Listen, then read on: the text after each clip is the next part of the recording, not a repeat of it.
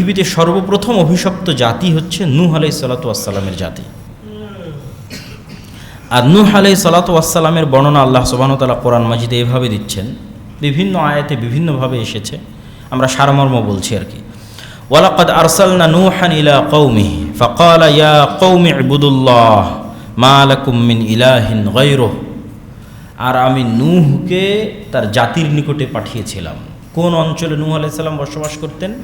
Iraq অঞ্চলে নূহ আলাইহিস সালাম বসবাস করতেন। কতদিন আগের ঘটনা? ইব্রাহিম আলাইহিস সালামেরও আগমনের 2-3 হাজার বছর পূর্বের ঘটনা হতে পারে আনুমানিক। আর এখন থেকে ইব্রাহিম আলাইহিস সালামের আগমনের কথা চিন্তা করলে এখন থেকে মুহাম্মদ সাল্লাল্লাহু আলাইহি ওয়াসাল্লাম 1500 বছর, মুহাম্মদ সাল্লাল্লাহু আলাইহি ওয়াসাল্লাম থেকে ইব্রাহিম আলাইহিস সালাম পর্যন্ত 2.5 থেকে 3 হাজার বছর, তাহলে 4 থেকে 4.5 বছর পূর্বে ইব্রাহিম আলাইহিস সালাম, তারও 2-2.5 হাজার বছর পূর্বে নূহ আলাইহিস সালাম, তাহলে প্রায় 7 থেকে 7.5 হাজার বছর পূর্বে নূহ আলাইহিস সালাম প্রেরিত হয়েছিলেন। নূহ আলাইহিস সালামের ঘটনা বর্ণনা করতে গিয়ে আব্দুল্লাহ বিন আব্বাস রাদিয়াল্লাহু তাআলা আনহু বলেন যে আদম আলাইহিস সালামের পরে 10 প্রজন্ম তাওহীদের উপর ছিল, হকের উপর ছিল, 10 প্রজন্ম। এবং এক এক প্রজন্ম যদি 1000 বছর করে ধরা হয় আনুমানিক গড়, যেমনটা আদম আলাইহিস সালামের বয়স এবং যেমনটা নূহ আলাইহিস সালামের বয়স, তাহলে আদম আলাইহিস সালামের আনুমানিক 10,000 বছর পর নূহ আলাইহিস সালামের আগমন। তো আদম আলাইহিস সালামের পরে 10 প্রজন্ম হকের তাওহীদের উপর ছিল, গুনাহ অন্যগুলো করেছে কিন্তু শিরক করেনি। 10 প্রজন্ম পর প্রথম মানুষ শিরকের সাথে পরিচিত হয়। কিভাবে শিরকের সাথে পরিচিত হয় এটাও আল্লাহ কোরআন মাজিদে তুলে ধরেছেন, কেমনে নূহ আলাইহিস সালামের কওম শিরকে লিপ্ত হলো। প্রথমে কিছু খুব আল্লাহওয়ালা পরহেজগার তাকওয়াবান মানুষ, তাদের মৃত্যুর পর মানুষ চিন্তা করলো যে এদের যদি আমরা স্মৃতি সংরক্ষণ করতে পারি তাহলে আমাদের অন্তরেও আল্লাহর তাকওয়া, আল্লাহর ভীতি কাজ করবে। এরা তো অনেক আল্লাহওয়ালা মানুষ ছিল, তো চলো এদের স্মৃতি সংরক্ষণ করি। তাহলে প্রথমে ভালো চিন্তা নিয়েই মূলত শিরক আর বেদাত ঢোকে, আল্লাহ কোরআনে এভাবেই তুলে ধরেছে। তো তারা এরকম কিছু আল্লাহওয়ালা পরহেজগার মানুষের ভাস্কর্য তৈরি করলো, পূজা করার জন্য নয়, ওইটার পূজা করবে এই জন্য নয়, ওইটাকে দেখে স্মরণ করবে, আরে এই মানুষটা এত ভালো ছিল, তাহলে আমিও একটু ভালো হই। এই অবস্থার উপর কয়েক শত অথবা কয়েক হাজার বছর পার হয়েছে। কয়েক শত কয়েক হাজার বছর পর শয়তান পরবর্তী প্রজন্মের মাথায় দিয়ে দিয়েছে, আরে এই যে মূর্তিগুলো তোমরা দেখছো, তোমাদের বাপ দাদারা এগুলোর পূজা করতো, এগুলোর মাধ্যমে তোমরা আল্লাহর নৈকট্য অর্জন করতে পারবে। তখন মানুষ আস্তে আস্তে ওই মূর্তিগুলোর পূজা করা শুরু করলো, এইভাবে শিরক প্রবেশ করলো। এমত অবস্থায় নূহ আলাইহিস সালাম আসলেন, আল্লাহর দ্বীনের দাওয়াত দিলেন। আল্লাহ সুবহানাহু ওয়া তাআলার দ্বীনের দাওয়াত নূহ আলাইহিস সালাম কতদিন দিয়েছেন? আল্লাহ কোরআন মাজিদে বলছেন, ওয়ালাকাদ আরসালনা নূহান ইলা কওমিহি ফালাবিথা ফীহিম আলফা সানাহ ইল্লা 50 আমান। নূহ তাদের মধ্যে 50 কম 1000 বছর দাওয়াত দিয়েছে। 50 কম 1000 বছর, তথা 950 বছর। এবং নূহ আলাইহিস সালাম যখন তাদেরকে বারবার আল্লাহর আযাব এবং আল্লাহর গজবের সতর্কতা দিত যে তোমরা শিরক ছাড়ো না হলে আল্লাহর আযাব আসবে, শিরক ছাড়ো না হলে আল্লাহর গজব আসবে, তো একই কথা একটা এলাকার মানুষ 900 বছর শুনেছে। মনে করেন বেরায়েতের মানুষকে একই কথা আমি 900 বছর থেকে বলতেছি, এই বেরায়েতের মানুষ তোমরা এটা ছাড়ো না হলে আল্লাহর গজব আসবে, আযাব আসবে। তখন বেরায়েতের মানুষ বিরক্ত হয়ে বলতেছে, মানে নূহ আলাইহিস সালামের কওম বিরক্ত হয়ে বলতেছে যে ইয়া নূহ কদ জাদালতানা ফাআকসারতা জিদালানা, এই তোমার আযাব আর গজবের কথা শুনতে শুনতে আমাদের কান পচে গেছে, কত আর, ফাতিনা বিমা তাইদুনা, তোমার ওই গজবই দেখতে চাই, নিয়ে আসো, কোথায় তোমার সেই গজব, ফাতিনা বিমা তাইদুনা, যে আযাব আর গজবের ভয় তুমি আমাদেরকে 950 বছর থেকে দেখাচ্ছ, আমরা তোমাকে ফাইনালি জানিয়ে দিলাম আমরা এবার ওই আযাব এবং গজবই দেখতে চাই। ইন কুনতা মিনাস সাদিকিন, যদি তুমি সত্যবাদী হও, নিয়ে আসো তোমার সেই আযাব এবং গজব। এটাই হলো আল্লাহর ন্যায় প্রতিষ্ঠা, যে একটা চিহ্ন, যে তারাই নিজে থেকে বলতেছে যে আমরা সে আযাব এবং গজব দেখতে চাই।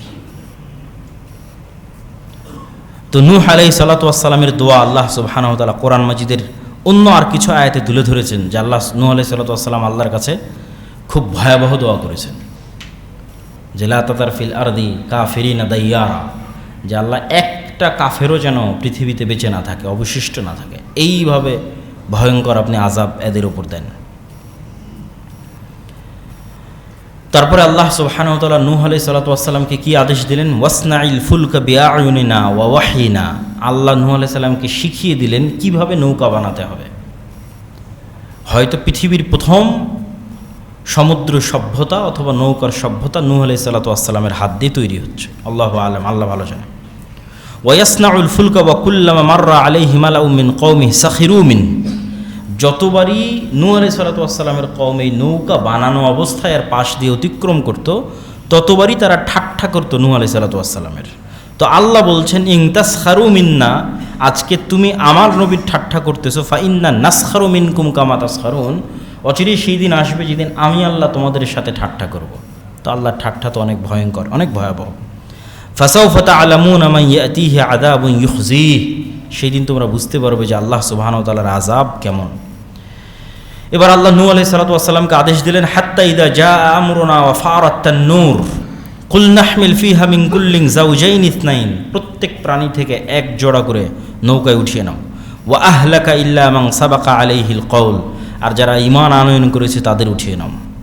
ওয়া ক্বাল আরকাবু ফিহা বিসমিল্লাহি মাজরিহা ওয়া মুরসাহা ইন্না রাব্বি লাগফুরুর রহিম, আর এই দোয়া পড়ে বিসমিল্লাহ বলে তুমি নৌকায় আরোহণ করো। ওয়া হিয়া তাজরি বিহিম ফি মাউজিন কাল জিবাল ওয়া নাদা নূহুন ইবনুহু, আর এই নৌকা চলতে লাগলো এমন ঢেউয়ের মধ্যে দিয়ে যে ঢেউয়ের উচ্চতা ছিল পাহাড় সমপরিমাণ। ওয়া হিয়া তাজরি বিহিম ফি মাউজিন কাল জিবাল, যে ঢেউয়ের উচ্চতা ছিল পাহাড় সম পরিমাণ। কত উঁচু পাহাড় সম পরিমাণ আল্লাহু আ'লাম। এবং সকল মুফাসসিরিনে কেরাম একমত যে সারা পৃথিবী পানিতে ডুবে গেছিল এবং সারা পৃথিবীর কোথাও কোনো উঁচু জায়গা বাকি ছিল না, তথা নিচে শুধু পানি আর উপরে শুধু আকাশ। তথা আজকের যে মহাসমুদ্রগুলো আছে, মনে করেন পুরো পৃথিবী মহাসমুদ্র, বড় বড় মহাসমুদ্র আছে, মনে করেন পুরো পৃথিবী মহাসমুদ্র হয়ে গেছে, আর উপরে শুধু আকাশ আছে। তো নূহ আলাইহিস সালাতু ওয়াস সালাম তার ছেলেকে ডাক দিয়ে বলল, ওয়া কানা ফি মা'জিলিন ইয়া বুনাইয়া আরকাব মা'না, হে বৎস আমাদের সাথে নৌকায় উঠো। ওয়ালা তাকুম মিনাল মা'আল কাফিরিন, কাফিরদের অন্তর্ভুক্ত হয় না। ক্বালা সাআবি ইলা জাবালিন ইয়াসুমি মিনাল মা, সে বলল বাবা আমি এত উঁচু পাহাড়ে আশ্রয় নিব যেখানে তোমার পানি পৌঁছতে পারবে না। তখন নূহ আলাইহিস সালাম বললেন লা আসিমাল ইয়াউমা মিন আমরিল্লাহ, আজকে আল্লাহর গজব থেকে আশ্রয় দিবে এরকম কোনো উঁচু পাহাড় এবং উঁচু গাছ বাকি থাকবে না। ওয়াহালা বাইনাহুমাল মাউজু ফাকানা মিনাল মুগরাকিন, এইভাবে আল্লাহ নূহ আলাইহিস সালাতু ওয়াস সালামের কওমকে ধ্বংস করে দিলেন। যখন পুরো কওম ধ্বংস হয়ে গেল, আল্লাহ বললেন ইয়া আরদু বলঈ মাআক, এই জমিন পানি সব শুষে নাও। ইয়া সামাউ ক্লাঈ, হে আকাশ বৃষ্টি বর্ষণ বন্ধ করে দাও। ওয়াগিজাল মা ওয়াকুজিয়াল আমর, ধীরে ধীরে পানি কমতে লাগলো। ওয়াস্তাওয়াত আলাল জুদি, এবং জুদি নামক পাহাড়ে নূহ আলাইহিস সালাতু ওয়াস সালামের নৌকা থামলো, যেটা মনে করা হয় যে তুরস্কের আরারাত যে পাহাড়, সেই পাহাড়কে অনেক ঐতিহাসিক মনে করেন যে এটি সেই জুদি পাহাড় যেখানে নূহ আলাইহিস সালাতু ওয়াস সালামের নৌকা থেমেছিল। এটা গেল নূহ আলাইহিস সালাতু ওয়াস সালামের কওমকে আল্লাহ সুবহানাহু ওয়া তাআলা এভাবে ধ্বংস করে দিলেন। এরপরে কোন কওমকে আল্লাহ ধ্বংস করেছেন? ঐতিহাসিকগণ এবং মুফাসসিরিনে করা মোটামুটি একমত যে এরপরে যে কওমকে আল্লাহ ধ্বংস করেছেন সেটা হচ্ছে আদ জাতি, যাদের নিকটে আল্লাহ নবী হিসেবে পাঠিয়েছিলেন হুদ আলাইহিস সালাতু ওয়াস সালামকে। তারপরে আল্লাহ সুবহানাহু ওয়া তাআলা ধ্বংস করেছেন সামুদ জাতি, যাদের নিকটে আল্লাহ নবী হিসেবে পাঠিয়েছিলেন সালেহ আলাইহিস সালাতু ওয়াস সালামকে। তাদের পরে আল্লাহ ধ্বংস করেছেন লূত আলাইহিস সালাতু ওয়াস সালামের জাতিকে, যাদের নিকটে আল্লাহ নবী হিসেবে পাঠিয়েছিলেন লূত আলাইহিস সালাতু ওয়াস সালামকে, যিনি ইব্রাহিম আলাইহিস সালামের সমসাময়িক। তাহলে কি বোঝা গেল? ইব্রাহিম আলাইহিস সালাতু ওয়াস সালাম থেকে নিয়ে নূহের মাঝামাঝি তিনটে জাতি ধ্বংস হয়েছে। একটা নূহ আলাইহিস সালামের জাতি ধ্বংস হয়েছে, একটা আদ জাতি ধ্বংস হয়েছে, একটা সামুদ জাতি ধ্বংস হয়েছে। এগুলো ইব্রাহিম আলাইহিস সালামের পূর্বেই। আর ইব্রাহিম আলাইহিস সালামের সমসাময়িক লূত আলাইহিস সালাতু ওয়াস সালামের জাতি। আদ জাতির অপরাধ কি ছিল আর সামুদ জাতির অপরাধ কি ছিল? আদ জাতির অপরাধ ছিল অহংকার। আল্লাহ তাদের অহংকারের বর্ণনা কোরআন মাজিদে দিচ্ছেন, কি পরিমাণ অহংকার দেখেন।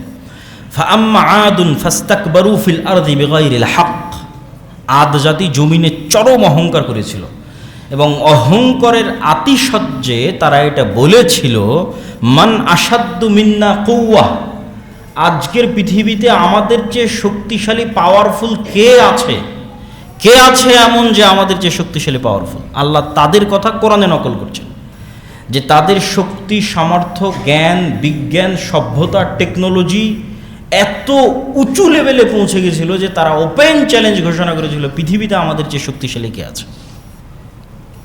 যেমন হয়তো আজকের আমেরিকা এবং ইসরায়েল যদি মনে করে যে মান আশাদ্দু মিন্না কুওয়া, অথবা মুসলমানেরা যদি মনে করে যে এদের যে শক্তিশালী কে আছে, তো আদ জাতির ইতিহাস তাদের জন্য শিক্ষণীয়। কি শিক্ষণীয়? আল্লাহ আদ জাতির এই কথার উত্তর নিজেই কোরআন মাজিদে দিচ্ছেন। পরের অংশে আল্লাহই বলছেন এদের এই কথার উত্তর, আওয়ালাম ইয়ারাউ আন্নাল্লাহাল্লাযী খালাকাহুম হুয়া আশাদ্দু মিনহুম কুওয়া। তারা কি জানে না যে তারা যতই শক্তিশালী হোক তাদের সৃষ্টি কে করেছে? বলেন, কে সৃষ্টি করেছে তাদেরকে? আল্লাহ।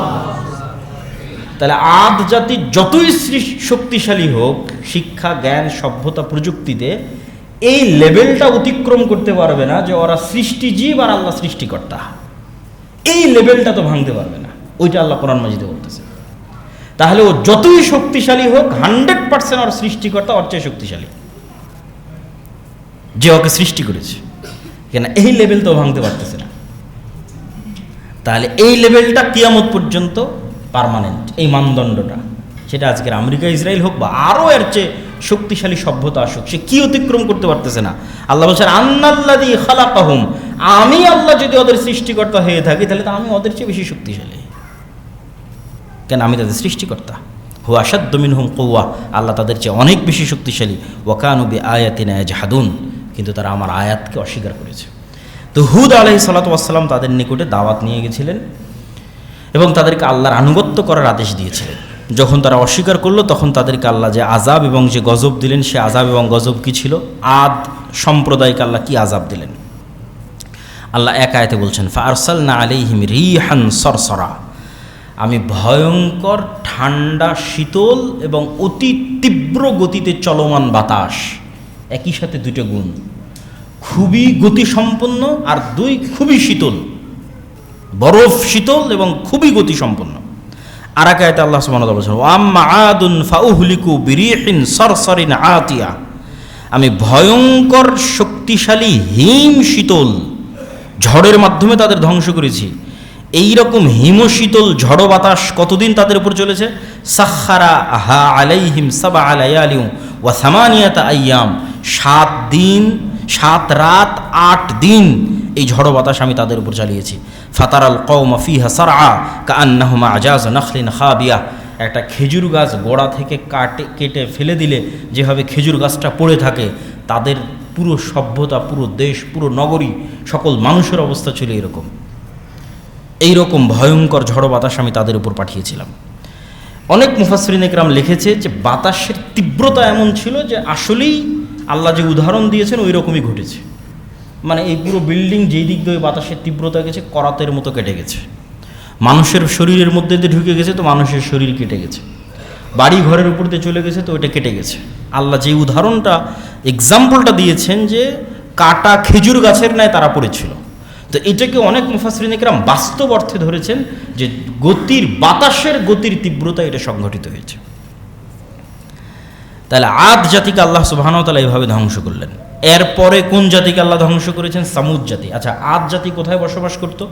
ঐতিহাসিকগণ এবং বর্তমান প্রত্নতাত্ত্বিক গবেষণা অনুযায়ী বেশিরভাগ মতামত এটাই যে ওমান এবং ইয়েমেনের যে অঞ্চল, হাজরামাউত এবং সানআ, এই অঞ্চলে তথা সৌদি আরবের দক্ষিণ অঞ্চলের যে সমুদ্র, এই সমুদ্রের সাথে লাগানো যে দুইটা দেশ ইয়ামান এবং ওমান, এই অঞ্চলে আদ জাতি বসবাস করত এবং তাদের কিছু অবশিষ্টাংশ অথবা বাঁচা কিছু প্রত্নতাত্ত্বিক সভ্যতা এখনও নাকি সেখানে পাওয়া গেছে। এই ধরনের কথাগুলো নিশ্চিত করে বলা কঠিন যে আসলে এক্সাক্ট তারা কোথায় বসবাস করত, কিন্তু তারপরেও যেহেতু আলোচনা বোঝার সুবিধার্থে বলা দরকার তাই বলতেছি। আর নূহ আলাইহিস সালাতু ওয়াস সালামের কওম কোথায় বসবাস করতো? ইরাকে বেশিরভাগ।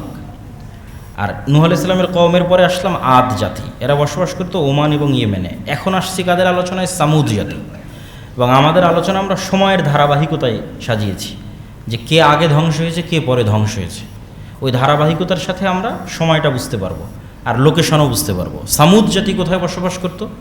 সামুদ জাতি বসবাস করত বর্তমান সৌদি আরবের উত্তর দিকে মিশর সীমান্তবর্তী একটা অঞ্চল আছে, যেটা মাদাইন সালেহ নামে পরিচিত। এখন ওখানে তারা পর্যটন এরিয়া তৈরি করেছে, আল ওলা, বিশাল পর্যটন এরিয়া তৈরি করেছে এই অঞ্চলগুলোকে সামনে রেখে, যে অঞ্চলগুলোতে আল্লাহ অভিশপ্ত জাতিদের ধ্বংস করে দিয়েছিলেন, যে অঞ্চলে রাসূল সাল্লাল্লাহু আলাইহি ওয়াসাল্লাম তাবুকের যুদ্ধের জন্য গেছিলেন, সেটা সামুদ জাতির অঞ্চল। তো সামুদ জাতিকে আল্লাহ সুবহানাহু ওয়া তাআলা কীভাবে ধ্বংস করলেন? ওয়াইলা সামুদ আখাহুম সালেহ, সামুদ জাতির নিকটে পাঠিয়েছিলাম সালেহকে নবী হিসেবে। ক্বালা ইয়া কওমি ইবুদুল্লাহ মা লাকুম মিন ইলাহিন গায়রুহু, হে আমার জাতি, আল্লাহর ইবাদত করো, আল্লাহ ব্যতীত অন্য কারো আনুগত্য করিও না। আর আমি আল্লাহর পক্ষ থেকে তোমাদের জন্য একটা নিদর্শন নিয়ে এসেছি। ঘটনা হচ্ছে, যখন সালেহ আলাইহিসসালাতু ওয়াসসালাম তাদেরকে দাওয়াত দেওয়া শুরু করলেন, তখন তারা সালেহ আলাইহিসসালাতু ওয়াসসালামের কাছে দেখতে চাইল যে তুমি যে নবী, তার প্রমাণে তুমি কিছু হাজির করো।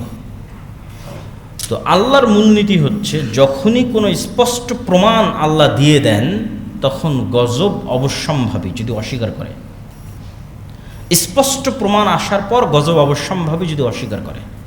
এই জন্য সাধারণত নবী রাসূলদের কাছে স্পষ্ট প্রমাণ চাইতে হয় না, তাদের দাওয়াতের উপরই ঈমান আনতে হয়, যেটা উম্মতে মুহাম্মাদি করেছে, যেটা উম্মতে মুহাম্মাদি মুহাম্মদ সাল্লাল্লাহু আলাইহি ওয়াসাল্লামের দাওয়াতে ঈমান আনয়ন করেছে, এটাই হওয়া উচিত। কিন্তু যখন আপনি নবীকে বলবেন আপনি কিছু করে দেখান, আপনি যে নবী, তখন যদি নবী কিছু করে দেখায় আর আপনি যদি তারপরেও অস্বীকার করেন, তাহলে গজব 100% কনফার্ম। তো যখন তারা বলল যে আপনি কিছু আলামত দেখান, তারা অনেক চ্যালেঞ্জ মোবাহলা অনেক কিছু করার মাধ্যমে সালেহ আলাইহিসসালাতু ওয়াসসালাম একদম শূন্য থেকে, কোনো বর্ণনায় পাথরের মধ্যে থেকে, কোনো বর্ণনায় মাটি ফেড়ে, কোনো বর্ণনায় পাহাড় থেকে, তথা একদম নতুন, মানে কোনো কিছুর সন্তান হিসেবে নয়, একটা উটনি উপস্থিত করলেন। মানে কারো পেট থেকে জন্ম নেওয়া উটনি নয়, আল্লাহ সুবহানাহু ওয়া তাআলা তাকে নিদর্শন হিসেবে উটনি দিলেন। এবং এই উটনির হলো যে শর্ত হচ্ছে উটনি বের হবে, আর এই উটনির জন্য বিধান হচ্ছে, যেই কুয়ায় তোমাদের পশু প্রাণী পানি পান করে, ওই কুয়া একদিন এই উটনির জন্য খালি থাকবে। কেন আল্লাহর নিদর্শনের এই উটনি প্রচুর পরিমাণে পানি পান করত। তাহলে যে একদিন তোমাদের পশু প্রাণী কুয়া থেকে পানি পাবে না, ওই একদিন তাদের ব্যবস্থা কি হবে? ওই একদিন আল্লাহর উটনি এত বেশি পরিমাণে দুধ দিবে যে গোটা এলাকা, গোটা গ্রাম, গোটা শহর ওই এক উটনির দুধ খেয়ে শেষ করতে পারবে না। এবং বাস্তবে তাই হলো। কিন্তু এই যে ছোট্ট অজুহাত, আল্লাহর নেয়ামতের মধ্যেও মানুষ যখন অজুহাত খোঁজে, তখন ধ্বংস অবশ্যম্ভাবী। এইটাই একটা অজুহাতের রাস্তা তারা বের করলো, যে আমরা 7 দিনই আমাদের পশু প্রাণীকে পানি খাওয়াতে চাই, অথচ কোনো সমস্যা ছিল না। কেন যে একদিন তাদের পশু প্রাণী পানি খেতে পারতো না, ওই একদিন আল্লাহ দুধের ব্যবস্থা করে রেখেছিলেন। কিন্তু যখন মানুষ অহংকারী হয়, তখন নেয়ামত পাওয়ার পরেও, আল্লাহর নিদর্শন দেখার পরেও অজুহাত খোঁজে। তখন তারা অজুহাত দাঁড় করালো, 7 দিনই আমাদের পশু প্রাণীদের পানির ব্যবস্থা করে দিতে হবে। তো শুআয়ব আলাইহিসসালাতু ওয়াসসালাম, সালেহ আলাইহিসসালাতু ওয়াসসালাম যখন এতে রাজি হলেন না, তখন তারা সিদ্ধান্ত নিল যে এই উটনিকে তারা হত্যা করবে অথবা মারবে। তখন সালেহ আলাইহিসসালাতু ওয়াসসালাম তাদেরকে নিষেধ করলেন যে তোমরা আল্লাহর এই উটনির যদি ক্ষতি করো, তাহলে আযাব এবং গজব অবশ্যম্ভাবী। তখন তারা ওই একই চ্যালেঞ্জ গ্রহণ করলো। সেই চ্যালেঞ্জের বর্ণনা আল্লাহ কোরআন মাজিদের আয়াতেই ভাবে দিচ্ছেন, ফাআকারুন নাকাহ, তারা উটনির হত্যা করলো অথবা উটনির পা কেটে নিল। ওয়া আতাও আন আমরি রব্বিহিম, এবং আল্লাহর আদেশ অমান্য করলো। এবং উটনিকে হত্যা করে অথবা উটনির পা কেটে সালেহ আলাইহিস সালামকে বলল, ইয়া সালেহ ইতিনা বিমা তাইদুনা, তুমি যে এতদিন বলতে যে এই উটনির ক্ষতি করলে নাকি আল্লাহর আযাব আসবে, এই যে না তোমার উটনিকে হত্যা করে দিয়েছি, এবার আল্লাহর আযাব কোথায় দেখাও, ইন কুনতা মিনাল মুরসালিন, যদি তুমি সত্যি নবী হও। তাহলে নূহ আলাইহিসসালাতু ওয়াসসালামের কওম যেভাবে নূহ আলাইহিসসালাতু ওয়াসসালামকে বলল তুমি এতদিন যে আযাবের ভয় দেখাতে, ওটা দেখাও, সালেহ আলাইহিসসালাতু ওয়াসসালামের কওমও একই অপরাধ লিপ্ত হলে, এটি আল্লাহর ন্যায়পরায়ণতা, মানে শাস্তি ওদের উপর আসা অবশ্যম্ভাবী হয়ে গেছে। আল্লাহ জালেম নন, ন্যায় প্রতিষ্ঠা করতে এখন শাস্তি দিতে হবে। নিদর্শন দেখার পরও অমান্য করেছে এবং চ্যালেঞ্জ দিচ্ছে পাল্টা, কোথায় সে আযাব দেখাও। তখন কি হলো, 3 দিন সালেহ আলাইহিস সালাতু ওয়াস সালাম বললেন 3 দিনের মধ্যে আল্লাহর গজব এবং আযাব আসবে।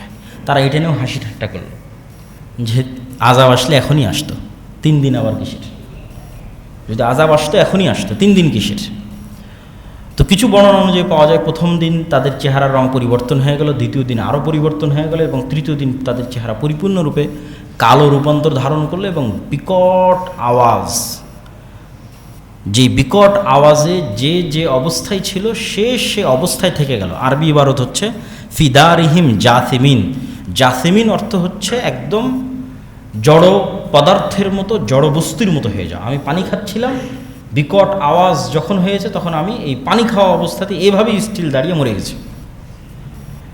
আমি হয়তো খেলাধুলা করছিলাম, আমি হয়তো কোনো একটা কাজে লিপ্ত ছিলাম, যে কাজে যে অবস্থায় ছিল বিকট আওয়াজে সে অবস্থায় ওইভাবেই জড় বস্তু, জড় পদার্থের মতো হয়ে গেছে এবং মারা গেছে। তাহলে এটা গেল সামুদ জাতির উপর আল্লাহ সুবহানাহু ওয়া তাআলার আযাব। এরপরে কোন জাতির উপর আযাব এসেছে? লূত আলাইহিস সালাতু ওয়াস সালামের উপর। লূত আলাইহিস সালাতু ওয়াস সালাম হচ্ছেন ইব্রাহিম আলাইহিস সালাতু ওয়াস সালামের সমসাময়িক, এবং ইব্রাহিম আলাইহিস সালাতু ওয়াস সালামের আপন ভাতিজা তথা ভাইয়ের ছেলে। তো লূত আলাইহিস সালাতু ওয়াস সালাম যেই অঞ্চলে দাওয়াত দিতেন, এই অঞ্চলটা আজকের জর্ডান, ইসরায়েল এবং ফিলিস্তিন এরিয়ার মধ্যে পড়ে, যে অঞ্চলে লূত আলাইহিস সালাতু ওয়াস সালাম দাওয়াত দিতেন। এবং অনেক প্রত্নতাত্ত্বিক মনে করে আজকের যেটা ডেড সি, মৃত সাগর, যে মৃত সাগরে মানুষ সাধারণত ডোবে না, এই মৃত সাগর এরিয়াতেই লূত আলাইহিস সালাতু ওয়াস সালামের কওম বসবাস করত। তাদের অপরাধ ছিল এখন পর্যন্ত অতীতে যে জাতি যা অপরাধ করেছে তার চেয়ে ব্যতিক্রম। কওমে নূহ, কওমে সালেহ এবং কওমে হুদ, আদ, সামুদ এবং নূহ আলাইহিস সালাতু ওয়াস সালামের কওম কেউই এই অপরাধে লিপ্ত হয়নি। সেটা ছিল বিকৃত যৌনাচার তথা সমকামিতা, যা পৃথিবীর ইতিহাসে অতীতে কখনো সংঘটিত হয়নি।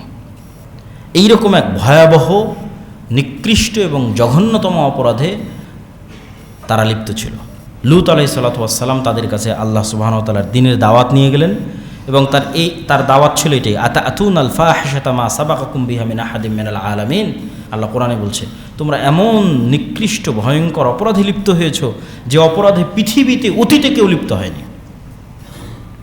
মা সাবাকাকুম বিহা মিন আহাদিম মিনাল আলামিন, অতীতে পৃথিবীতে কেউ লিপ্ত হয়নি, এরকম ভয়াবহ অপরাধে তোমরা লিপ্ত হয়েছ।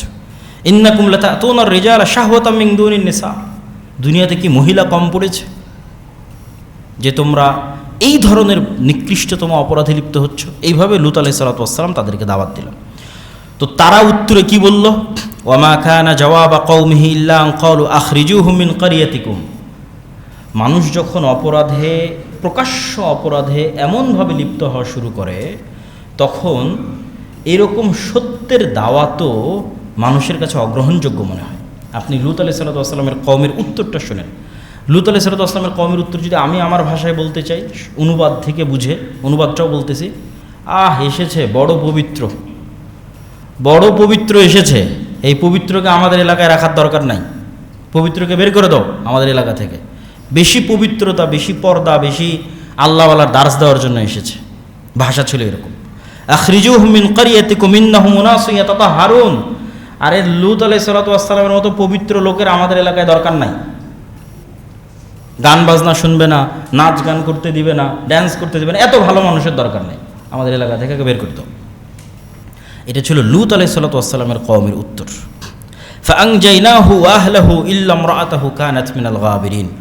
তো আল্লাহ সুবহানাহু ওয়া তাআলা তাদের উপর কিভাবে আযাব পাঠালেন, আল্লাহ সুবহানাহু ওয়া তাআলা তাদের উপর আযাব পাঠানোর যে ধরন বর্ণনা করেছেন, সেটা ছিল যেহেতু তখন ইব্রাহিম আলাইহিস সালাম নিজেও জীবিত ছিলেন, তো প্রথমে ফেরেশতাদের দল ইব্রাহিম আলাইহিস সালাতু ওয়াস সালামের কাছে গেছে, এবং ইব্রাহিম আলাইহিস সালাতু ওয়াস সালামকে এবং তার স্ত্রী সারাকে পরবর্তী সন্তান ইসহাকের সুসংবাদ দিয়েছে।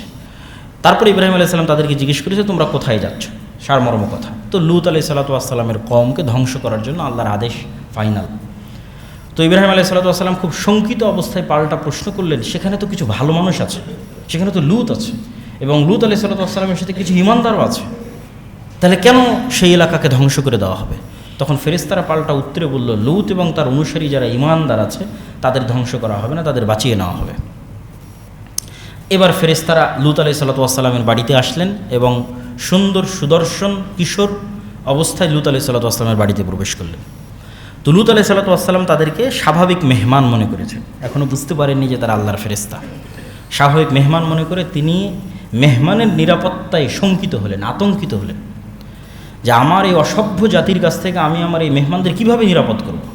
ফলত তিনি চাইলেন না কেউই এই সংবাদ জানুক এলাকার মানুষজন যে লূত আলাইহিস সালামের বাড়িতে তারা আছে। কিন্তু লূত আলাইহিস সালামের স্ত্রী এই গোপন তথ্য এলাকার মানুষকে জানিয়ে দেয়। তখন এলাকার মানুষ লূত আলাইহিস সালামের নিকটে আসে এবং লূত আলাইহিস সালামের সাথে তাদের যে কথোপকথন, এই কথোপকথনের ভাষা হচ্ছে ওয়াজাআহু কওমুহু ইউহরাউনা ইলাইহি ওয়া মিন ক্বাবলু কানু ইয়ামালুনা সাইয়্যাত ক্বালা ইয়া কওমি হাউলাই বানাতি হুন্না আতহারু লাকুম। তারা এসে লূত আলাইহিস সালামকে বলল, এদেরকে আমাদের হাতে উঠিয়ে দাও। তখন লূত আলাইহিস সালাম বললেন, দেখো আমার কন্যারা আছে, হুন্না আতহারু লাকুম, আমার মেয়েরা তোমাদের জন্য অতি পবিত্র, তোমরা যদি চাও আমার মেয়েদের সাথে তোমাদের বিবাহ দিয়ে দিচ্ছে, আমার মেয়েদেরকে চাইলে তোমরা নিয়ে যেতে পারো। ফাত্তাকুল্লাহ, আল্লাহকে ভয় করো। ওয়ালা তুখজুনি ফি যাইফি, এরা আমার মেহমান, আমার মেহমানদের সামনে আমাকে অপমান করিও না। আলাইসা মিনকুম রাজুলুর রশিদ, তোমাদের মধ্যে কি একটাও ভালো মানুষ নাই, একজনও সভ্য চিন্তার মানুষ নাই যে আমার মেহমানের সামনে আমাকে অপমান করবে। ক্বালু লাকাদ আলিমতা মা লানা ফি বানাতিকা মিন হাক্কিন ওয়া ইন্না লাতা'লামু মা নুরিদ। বলছে তোমার এগুলো উপদেশ বাণী শোনার আমার টাইম নাই, তুমি জানো আমরা কি চাই। তখন অত্যন্ত আফসোসের সাথে লূত আলাইহিস সালাম বলেন, লাউ আন্না লি বিকুম কুওয়া আও আবি ইলা রুকনিন শাদীদ, ইশ যদি আজকে আমার ক্ষমতা থাকতো আমার মেহমানদেরকে বাঁচানোর জন্য, অথবা আজকে যদি আমি কোনো শক্তিশালী ব্যক্তি এই অঞ্চলে থাকতো যে আমার পক্ষে সাপোর্ট দিবে এবং তার সহযোগিতা নিয়ে যদি আজকে আমি আমার মেহমানদের বাঁচাতে পারতাম, এরকম একটা আফসোস বাণী উচ্চারণ করলেন। যখন লূত আলাইহিস সালাম এই আফসোস উচ্চারণ করলেন তখন এবার ফেরেশতারা বলল, ইন্না রুসুলু রাব্বিক লা ইয়াসিলু ইলাইক, হে লূত আপনি ভয় পেয়েন না, আমরা আল্লাহর পক্ষ থেকে পাঠানো ফেরেশতা, তারা আমাদের কোনো ক্ষতি করতে পারবে না। ফা আসরি বিআহলিক বিকিতিম মিনাল লাইল, আপনি রাতের অন্ধকারে আপনি এবং আপনার সাথে যারা ঈমানদার আছে এই শহর ছেড়ে পালিয়ে যান। ওয়ালা ইয়ালতাফিত মিনকুম আহাদ, এবং আপনাদের কেউ যেন পিছন ফিরে না তাকায়, কেউ আর আপনার স্ত্রী সে যাবে না, কেননা ইন্নাহু মুসিবুহা মা আসাবাহুম, সে ওই একই শাস্তির অন্তর্ভুক্ত হবে যেই শাস্তি এলাকার মানুষ পাবে। ইন্না মাউইদুহুম সুবহ, আর এই শহর ধ্বংস হয়ে যাবে সকাল হতে হতে। আলাইসা সুবহু বিকরিব, আর সকাল অতি নিকটে, অতএব দ্রুত এখান থেকে পালিয়ে যান। ফালাম্মা জা আমরুনা জাআলনা আলিয়াহা সাফিলাহা ওয়া আমতারনা আলাইহিম হিজারাতাম মিন সিজ্জিলিম মামদুদ। এবার এই জাতিকে আর এক ভিন্ন স্টাইলে আল্লাহ ধ্বংস করলেন। সেটা কি? পুরো শহরকে উপরে উঠিয়ে উল্টিয়ে ফেলা হলো। কোরআনের আয়াত, জাআলনা আলিয়াহা সাফিলাহা, শহরের উপর অংশকে নিচু করে দিলাম আর নিচুর অংশকে উপরে করে দিলাম, মানে পুরো উল্টিয়ে দিলাম। পুরো শহরকে আকাশে উঠিয়ে উল্টিয়ে দেওয়া হয়েছে। ওয়ামতারনা আলাইহিম হিজারাতাম মিন সিজ্জিলিম মামদুদ, এবং আকাশ থেকে আগুনের পাথর বৃষ্টি বর্ষণ করা হয়েছে। এইভাবে আল্লাহ সুবহানাহু ওয়া তাআলা লূত আলাইহিস সালামের কওমকে ধ্বংস করে দিলেন। এবার শুআয়ব আলাইহিস সালামের কওম, এবং শুআয়ব আলাইহিস সালামের কওমের প্রতি তার কি দাওয়াত ছিল? এতক্ষণ আগের 2-3টা আমরা শুনলাম বেশিরভাগ ছিল শিরক, মধ্যের এখন যেটা শুনলাম সেটা ছিল অবৈধ যৌনাচার আর বিকৃত যৌনাচার, আর এখন যেটা শুনতেছি সেটা হচ্ছে মানুষের হক নষ্ট করা। শুআয়ব আলাইহিস সালামের কওম মানুষের হক নষ্ট করত, ওজনে কম দিত, মিথ্যা বলতো, ধোঁকা দিত। এমনকি এমনও বর্ণনা এসেছে যে গ্রামে যদি বাহির থেকে কোনো মেহমান আসতো তাহলে সেই মেহমানের সাথে তারা এমনভাবে ঠাট্টা করতো যে সবাই মিলে মেহমানের কাছে টাকা দিত আর দোকানদারকে বলে দিত এর কাছে যেন কেউ জিনিস বিক্রি না করে। ফলে মেহমান ঠিকই টাকা পেত কিন্তু কোনো দোকান থেকে কিছু ক্রয় করতে পারতো না। তখন আবার সেই টাকাগুলো তাকে দেখা যাচ্ছে ফেরত দিয়ে চলে যেত, ফেলে দিয়ে চলে যেতে হতো। তাহলে মানুষের সাথে অন্যায় রিলেটেড গজবে শুআয়ব আলাইহিস সালামের কওম ধ্বংস হয়ে গেছে। মানুষের সাথে মিথ্যা, ধোঁকা, প্রতারণা, এগুলোই শুআয়ব আলাইহিস সালামের বর্ণনার মধ্যে আছে। যেহেতু সময় অতি সংক্ষিপ্ত এই জন্য আমি সংক্ষিপ্ত আকারে বলতেছি। তো শুআয়ব আলাইহিস সালামের কওম কোন গজবে আল্লাহ সুবহানাহু ওয়া তাআলা তাদের ধ্বংস করে দিয়েছেন? ভূমিকম্প। এবং কিছু বর্ণনা এসেছে যে ভূমিকম্পের ধরনটা এরকম ছিল যে প্রচণ্ড গরম তাদের উপর শুরু হলো ভূমিকম্প আসার পূর্বে, এবং এই গরমে তারা হাঁসফাঁস করতেছিল, বাঁচার কোনো রাস্তা ছিল না। ঠিক এরকম সময় একখণ্ড মেঘ দেখা দিল, যেই মেঘের মধ্যে গিয়ে সবাই আশ্রয় নেওয়ার চেষ্টা করলো একটু ঠান্ডা আবহাওয়া পাওয়ার জন্য, একটি শীতল ছায়া পাওয়ার জন্য।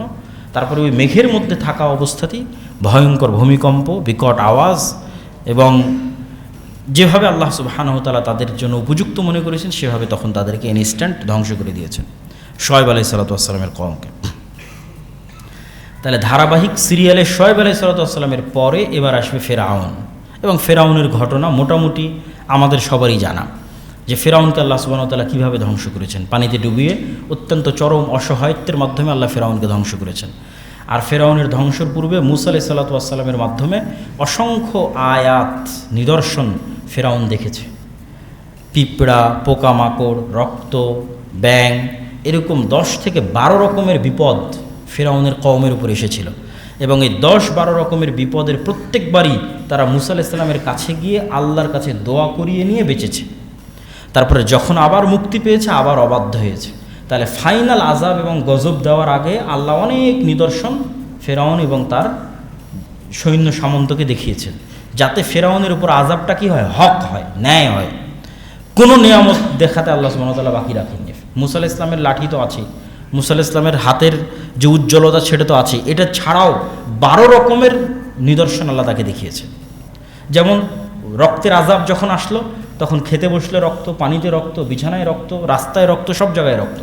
তখন মূসা আলাইহিস সালাতু ওয়াস সালামের কাছে গিয়ে আল্লাহর কাছে ক্ষমা চেয়ে ভালো হয়ে যাব, ঠিক হয়ে যাব, এই বিপদ উঠিয়ে নাও।